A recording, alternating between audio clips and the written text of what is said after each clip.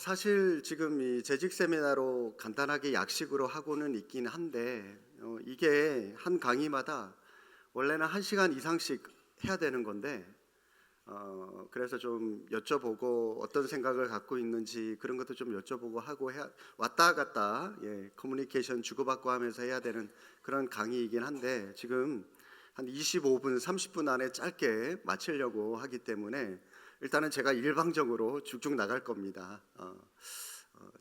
조금 힘드시더라도 그래도 재직은 이런 거 하는 거다라고 하는 걸 한번 정리하는 차원에서 하는 거니까 여러분들께서 좀 잘 따라주시면 좋을 것 같아요.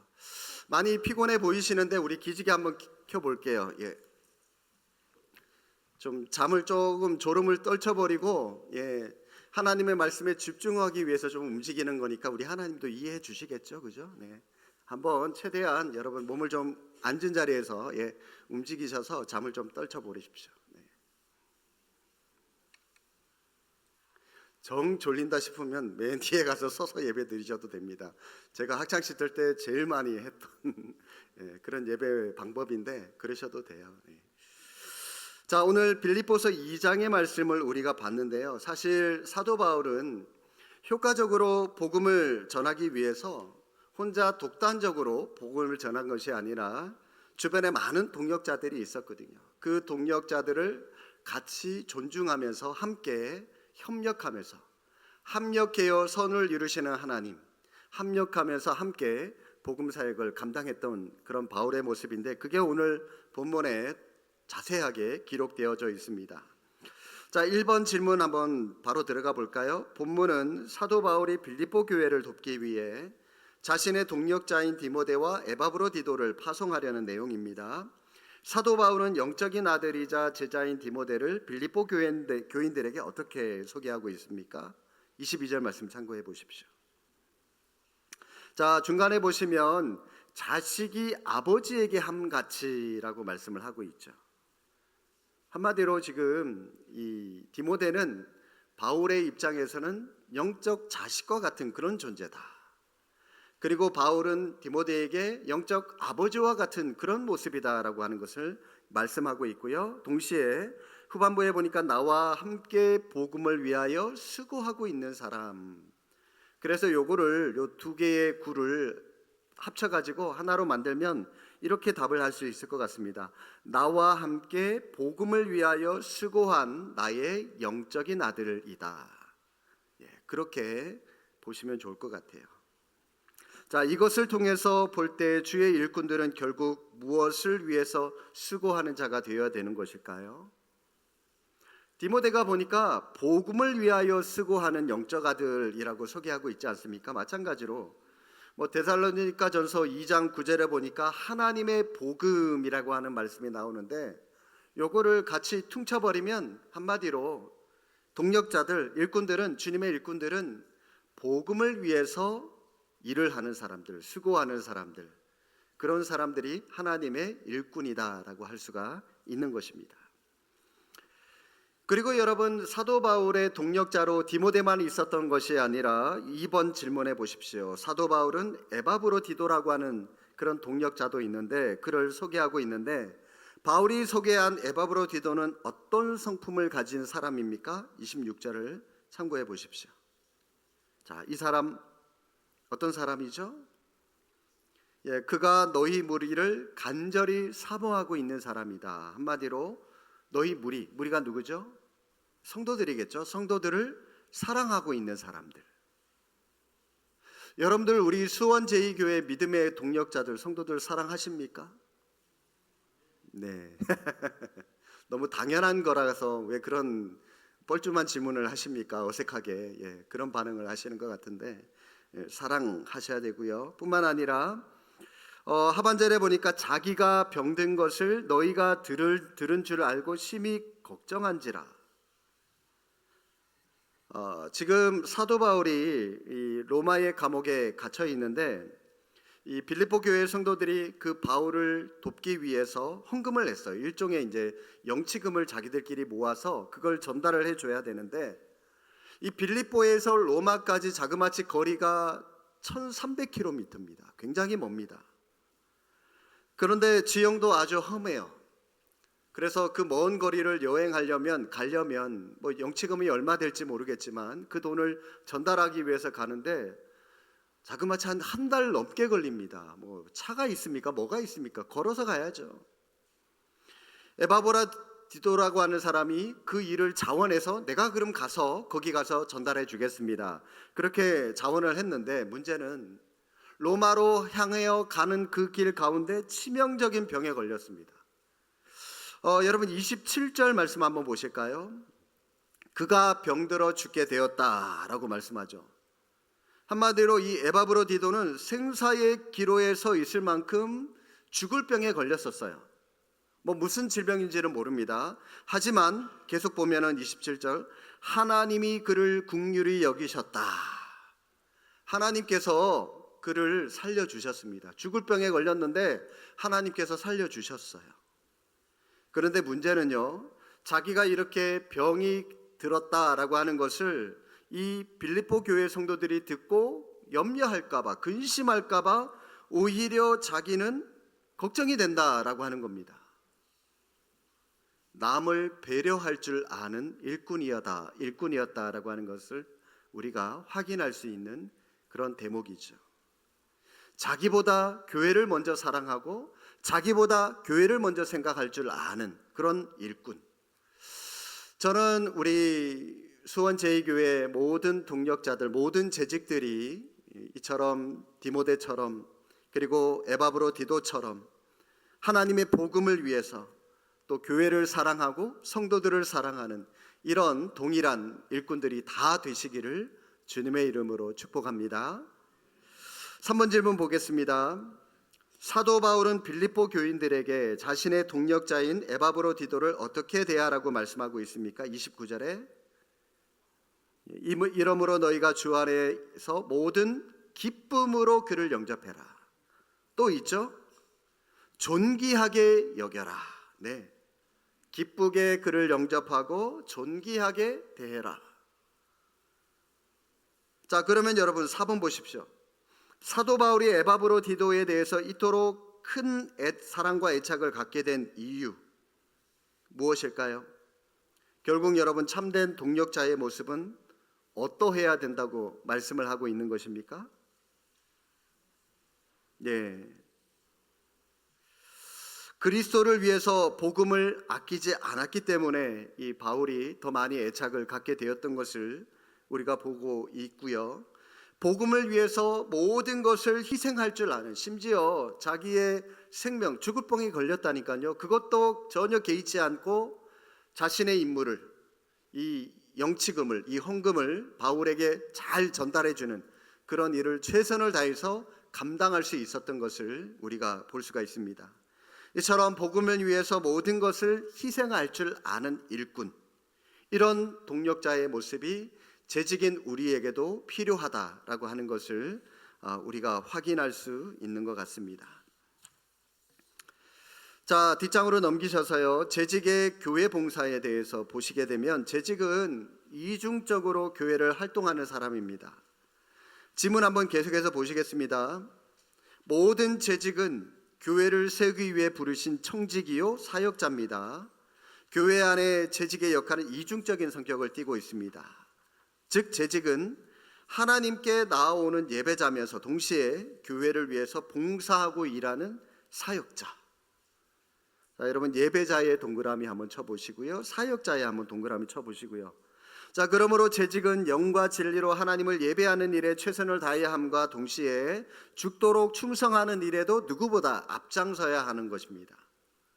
자, 예배자로서의 재직의 모습은 하나님을 향해서 경배하는 모습을 띠고 있는 것이고요, 사역자로서의 재직은 성도를 향한 봉사의 성격을 띠고 있는 겁니다. 여러분 우리가 오전에 10계명에 대해서 3계명에 대해서 나누지 않았습니까? 1계명부터 4계명까지 하나님 사랑하는 거, 5계명부터 10계명까지는 사람 사랑하는 거. 한마디로 10계명은 하나님 사랑하고 내 이웃을 사랑하는 것, 사람 사랑하는 것. 오늘 이 재직의 모습도 이것과 마찬가지입니다. 1차적으로는 하나님 사랑하는 것. 어떻게 사랑하죠? 하나님을 예배하는 거고요. 2차적으로 사람 사랑하는 거, 어떻게 사랑하죠? 교회를 봉사하고 성도들을 봉사하고 섬기는 모습. 그래서 여러분, 예배자의 모습과 사역자의 모습이 같이 가는 것, 이게 여러분 십계명을 지키는 모습입니다. 자, 먼저 여러분 예배 차원의 재직의 활동을 한번 좀 보시게 되면, 자, 영어 하나 띄워주시겠습니까? 이 영어 예배로요, 워십이라고 되어 있죠.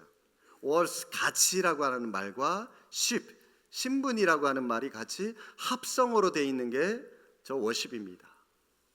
한마디로 예배란 뭐냐? 종기를 받을 가치가 있는 분에게, 하나님께 그 신분에 합당한 최고의 가치를 돌려드리는 것, 그것이 바로 예배라고 하는 겁니다. 상호 선생님, 제 얼굴 띄워주지 마시고 앞에 다시 할게요. 자, 워십은 워스, 가치, 플러스 ship, 신분. 예배란 종기를 받을 가치가 있는 분에게 그 신분에 합당한 최고의 가치를 돌려드리는 것, 이것이 예배입니다.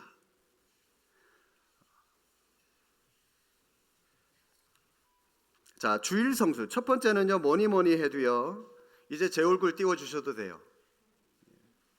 내리시고 제 얼굴 띄워주세요, 빨리. 네. 자, 주일 성수가 일단은 필요하죠. 모든 예배자의 신앙은 일단 제일 먼저 뭐니 해도 주일 성수부터 시작이 되는 겁니다. 하나님의 통치 원리에 전적으로 순종함으로, 이 믿음으로 고백하는 행위이자 표현, 이게 바로 주일 성수죠. 안식일을 지키라라고 하는 십계명 나눌 때 이미 여러분들에게 말씀을 드렸지만, 여러분 주일에는 자기를 위하는 일 혹은 어떤 이기적으로 하는 일 될 수 있으면 이런 일들은 삼가하시고, 하나님께서 기뻐하시는 그런 일들을 여러분들이 하시는 날이 주일입니다. 물론 여러분 우리 가운데 공적인 일을 하고 계시는 분들이 계시죠. 소방관이라든지 경찰이라든지 군인이라든지 이런 분들은 치안을 위해서, 나라를 지키기 위해서 주일임에도 불구하고 당연히 일을 해 주셔야죠. 그분들마저 쉬신다면 여러분 우리나라 치안을 누가 담당할 수 있겠습니까? 그분들은 주일에도 일하시고요. 따로 그분들은 주중에, 제가 예전에 이제 경목 사역한 적이 있었다고 했잖아요. 주중에 이제 점심시간 때 요 뒤에 이제 시간이 조금 비워지면 그때 이제 경찰 목사 이런 사람들이 가서 신우회, 예수 믿는 경찰들을 모아다가 그분들과 함께 말씀을 나누고 함께 성경 공부하고 그런 일들을 하거든요. 했던 적도 있고요, 저도. 그렇게 따로 예배를 드리기 때문에 그런 일들은 제외하고요. 웬만하면 사적으로 어떤 누군가와의 만나는 어떤 약속을 하거나 어떤 사업을 진행을 하시거나 어떤 행사, 이런 것들은 될 수 있으면 웬만하면 자제하시는 게 중요하다라고 할 수가 있습니다. 그게 이제 온전한 주일 성수의 모습이라고 할 수가 있고요. 두 번째는 공적 예배에 참석하는 겁니다. 공적 예배. 주일 예배뿐만이 아니라 새벽 예배, 수요 예배, 금요 예배, 이 외에 주중에 어떤 사역들이 있다면 우리가 함께 동참하고 함께 참여하는 모습, 이것도 중요합니다. 사실 여기에 대해서 할 말들이 굉장히 많은데 지금 시간을 보니까 너무 많이 지나갔어요. 이거는 일단은 킵하고요, 넘어가고 스킵하고 나중에 좀 같은 어떤 주제의 내용들이 나오면 그때 좀 다시 한 번 더 좀 다루도록 하겠습니다. 세 번째는 헌금입니다. 헌금은 하나님께 받은 것 중에서 그 일부를 감사하는 마음으로 하나님께 드리는 것. 헌금을 드리되 세 번째 줄 보십시오. 자원하는 마음으로 즐겁게 드리는 것, 이게 중요합니다. 특별히 여러분 재직으로서 헌금 생활 중에 빼놓지 말고 해야 될 것 11조라고 하는 것이 있죠. 여러분이 헌금의 원어의 뜻은 무슨 뜻이냐면 승리자 그리고 축복이라고 하는 그런 뜻을 가지고 있는 단어가 헌금, 연보라고 하는 그런 뜻의 원어의 뜻입니다. 헌금은 주님의 사역에 참여하는 것이죠. 물질적으로 내가 직접 몸으로 같이 참석하지 않더라도 내가 어떤 물질을 드림으로 그 물질이 선교에 쓰이게 되고 전도하는 일에 쓰이게 되고 교회 운영하는 데 쓰이게 되면 그 모든 것들이 궁극적으로는 하나님의 사업에 간접적으로 참여하는 것이 되는 것이죠. 사실 여러분, 우리가 직접 다이렉트로 몸을 띄면서 선교하고 전도하는 것도 필요하지만 여러분들이 부지런히 열심히 일하셔서 하나님께서 여러분 가게에, 여러분 사역에, 여러분 사업에, 여러분 직장생활에 복 주셔서 연봉 많이 받는 거 중요해요. 그래서 헌금 많이 해주셔야 돼요. 그래서 그 돈 가지고 한 사람이라도 더, 한 선교사님이라도 더 도와줄 수 있고 미자립교회 한 목사님이라도 더 도와줄 수가 있기 때문에 여러분들이 열심히 일을 하셔서 헌금을 많이 해주시는 모습이 필요합니다. 저는 지금까지 우리 교회 부임해서 담임 목사로 사역하면서 사실 여러분 헌금에 대해서 제대로 살펴본 적이 단 한 번도 없어요. 물론 주보에 이 오타 확인 때문에 11조 누구 이러면서 이름을 체크하긴 하지만 사실 이분이 얼마 헌금하고 이런 거는 저는 지금까지 단 한 번도 제 개인적으로 본 적이 없어요. 그냥 퉁쳐가지고 오늘 한꺼번에 11조 얼마 들어왔습니다. 지난주 추수감사헌금, 절개헌금 얼마 들어왔습니다. 그렇게 제가 알지 일일이 여러분들 개인적으로 보질 않아요. 왜냐하면 제가 일부러 안 보려고 그래요. 저도 사람이기 때문에 헌금 많이 하는 사람 아부할까 봐 그 사람한테, 헌금 작게 하는 사람한테 이 사람 돈 많이 벌고 있는 걸로 내가 알고 있는데 왜 11조를 안 하지? 왜 헌금을 이것밖에 안 하지? 제가 시험 들까 봐, 실망할까 봐, 저를 위해서 그리고 제가 우리 성도님들에 대해서 이 돈 가지고 편견 갖지 않으려고 제가 일부러 그렇게 안 봅니다. 앞으로도 안 볼 작정이고요. 제가 그거 안다고 제가 복 주고 그러는 거 아니잖아요. 저는 헌금을 많이 하든 작게 하든 저는 무조건 우리 교회 성도이기 때문에 저는 축복기도 해줄 수밖에 없는 것이고 복 주고 안 주고는 하나님께서 하시는 일이기 때문에 저는 아무튼 제 소임에만 열심히 하려고 합니다. 이런 걸 여러분들이 좀 염두를 해 두시고 저한테 주는 게 아니라 교회한테 주는 게 아니라 하나님께 여러분들이 헌금을 드린다는 그런 마음으로 헌금 생활도 더 많이 충실히 할 수 있었으면 좋겠습니다. 그리고 네 번째로는요, 또 예배, 전도도 예배 안에 포함이 되는 겁니다. 예수님의 지상 명령이죠. 여러분 전도 필요합니다. 전도할 때 여러분 어떤 말들이 제일 많이 좀 전도하는데 방해가 되시나요? 요거는 자막 한번 띄워주실까요? 전도를 막는 마귀의 언어 공작. 어떤 말들이 있죠? 잘해봐라. 비꼬는 말들이 있고요. 난 모르겠어 라고 하는 어떤 책임이 없는 말. 그 전도 그거 해봐도 안 돼. 해봐도 안 와. 소극적인 말. 네가 뭘 알아. 무시하는 말이 있고, 바빠서 못하겠는데요. 핑계의 말도 있고요. 잘 되고 있는데 뭐 더 할 필요가 있나? 아니한 말. 그리고 이 정도면 괜찮다. 타협하는 말. 다음에 하자라고 하는 자꾸 미루는 말들이 있죠.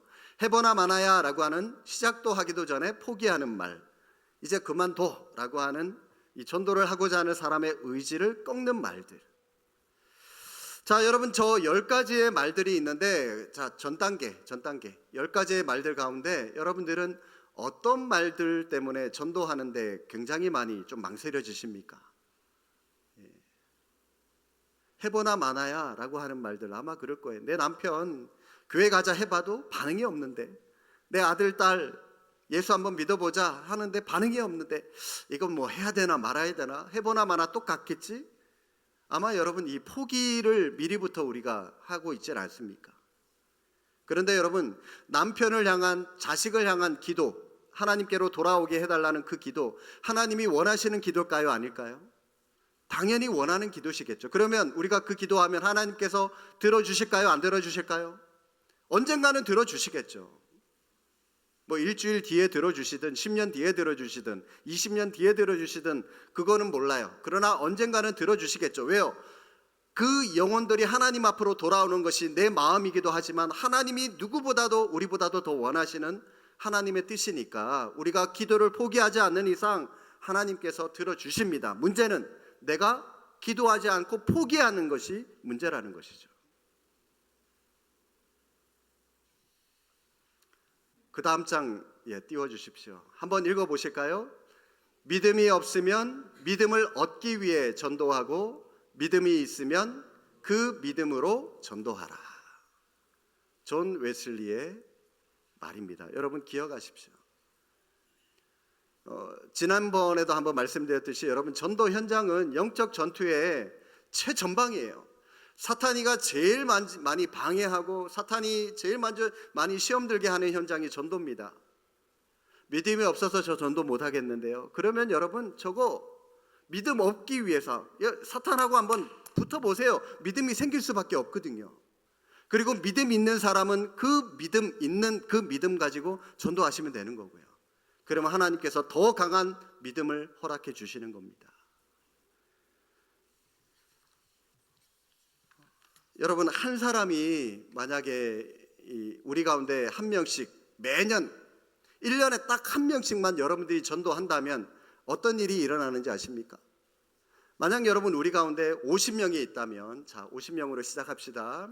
한 명씩 전도하면 1년 뒤에 몇 명? 100명. 자, 이 100명이 또 1년 뒤에 몇 명? 200명. 또 전도해요. 3년이면 400명이 돼요. 4년째면 800명. 5년이면 1600명. 6년이면 3200명. 7년이면 7400명. 8년이면 10,000명이 넘어가요. 여러분 우리 교회에 10년도 안 돼 갖고 10,000명 넘어갈 수 있다니까요. 문제는 뭐가 문제죠? 내가 전도 안 하는 게 문제라는 거죠. 내가 전도 안 하는 게.